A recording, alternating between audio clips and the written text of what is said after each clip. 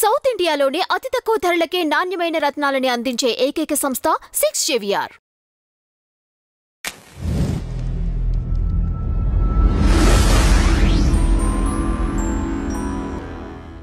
ఓం మహాగణాధిపతయే నమః.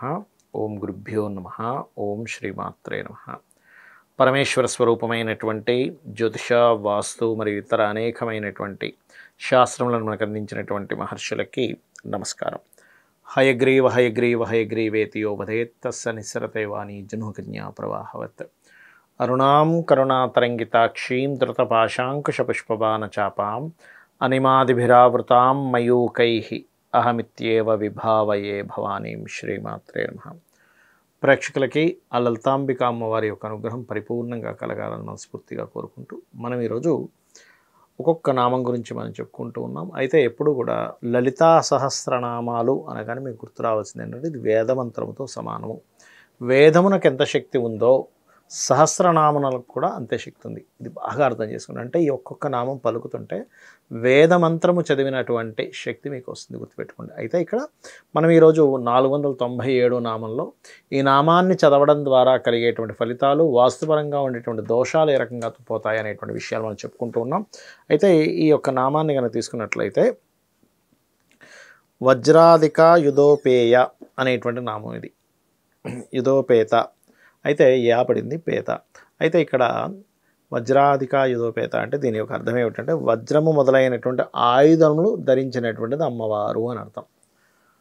ఈ యొక్క నామాన్ని ఎవరైనా సరే స్మరించినట్లయితే వాళ్ళ జన్మజాతకంలో శుక్ర సంబంధించినటువంటి దోషాలుంటే పోతాయి. రెండవది, కొంతమందికి చూడండి ఆగ్నేయంలో దోషం ఉంది, ఆగ్నేయం కట్ అయిందండి, ఆగ్నేయం పెరిగిందండి అని బాధపడుతూ ఉంటారు. దానివల్ల ఏమవుతుంది, వివాహాలు అవ్వకపోవడము, ఇంట్లో ధన సంబంధించినటువంటి విషయంలో వాస్తుపరంగా రావడము, తద్వారా వాళ్ళు అనేకమైనటువంటి ఇంట్లో ఉండేటువంటి ఆ గృహంలో నివసించేటువంటి స్త్రీలకి అనారోగ్య పాలవడం, ఇట్లాంటివి ఏర్పడుతూ ఉంటాయి.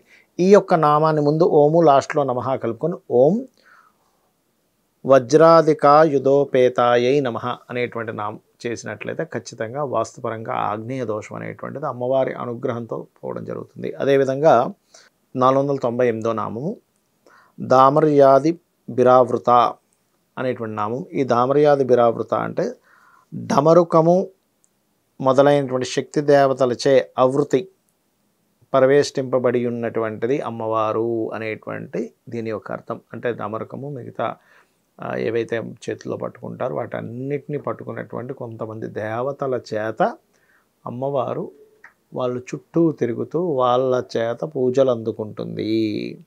ఇక్కడ మనము ఈ నామాన్ని చేసుకుంటూ ఊహించుకుంటున్నాం అనుకోండి అమ్మవారిని, అందులో అనేకమైనటువంటి శక్తి దేవతల యొక్క అనుగ్రహం మనకు కలుగుతుంది, గుర్తుపెట్టుకోండి అది. అలాగే రక్తవర్ణ అంటే రక్తము ఎలా అయితే ఎర్రగా ఉంటుందో ఆ వర్ణములో ఉన్నటువంటిది అమ్మవారు. ఈ నామాన్ని ఎవరైనా కనుక చేసుకున్నారనుకోండి, రక్తవర్ణంలో ప్రేమతత్వం కూడా ఉంటుంది ఒక రకంగా చెప్పాలంటే. అంటే అమ్మవారి యొక్క పరిపూర్ణమైనటువంటి ప్రేమాది, అంటే అమ్మవారే కంప్లీట్గా ఎప్పుడు కూడా ప్రేమతో నిండి ఉన్నటువంటిది, దయతో నిండి ఉన్నటువంటిది అమ్మవారు. అమ్మవారి యొక్క దయ మరింత ఎక్కువగా మన మీద కురింపబడుతుంది. అదేవిధంగా మాంసనిష్ట ఏమిటంటే మాంసనిష్ట అని ఇచ్చారు, ఏమిటిది అని మనకు అనిపిస్తూ ఉంటుంది లలితాసహస్రనామాలు కానీ చదివినట్లయితే. మాంసము యందు ఉన్నటువంటిది అని ఎందుకు ఉండాలి అంటే ఒక విషయం గుర్తుపెట్టుకోండి. ఇప్పుడు ఈ జీవులు ఉన్నారు కదా, ఎనీ ప్రాణి చనిపోయిన తర్వాత ఏమిటంటే చెప్పండి, మాంసం యొక్క సంబంధం అక్కడ కంపు కొడుతుంటుంది, అవునా? అంటే బ్రతికున్నంత కాలము ఎటువంటి వాసన కూడా ఈ మాంసముకు లేదు, ఈ మాంసం ముద్దకి. అదేవిధంగా చనిపోగానే ఆ మాంసము కంపు కొడుతుంది, వాసన వస్తుంది. అబ్బా ఏమిటండి తీసేయండి శవం అంటున్నాం.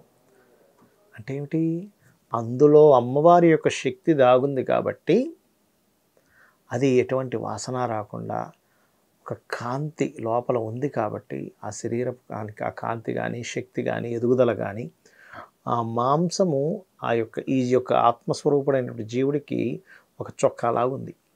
ఎప్పుడైతే దేవత అక్కడి నుంచి వెళ్ళిపోయిందో మాంసనిష్ట, మాంసములో కూడా ఉంది అమ్మవారు అనేటువంటిది, ఆశ్రయించింది అమ్మవారు అనేటువంటిది మనకి లలితా సహస్రనామాలు చాలా స్పష్టంగా చూపిస్తున్నాయి.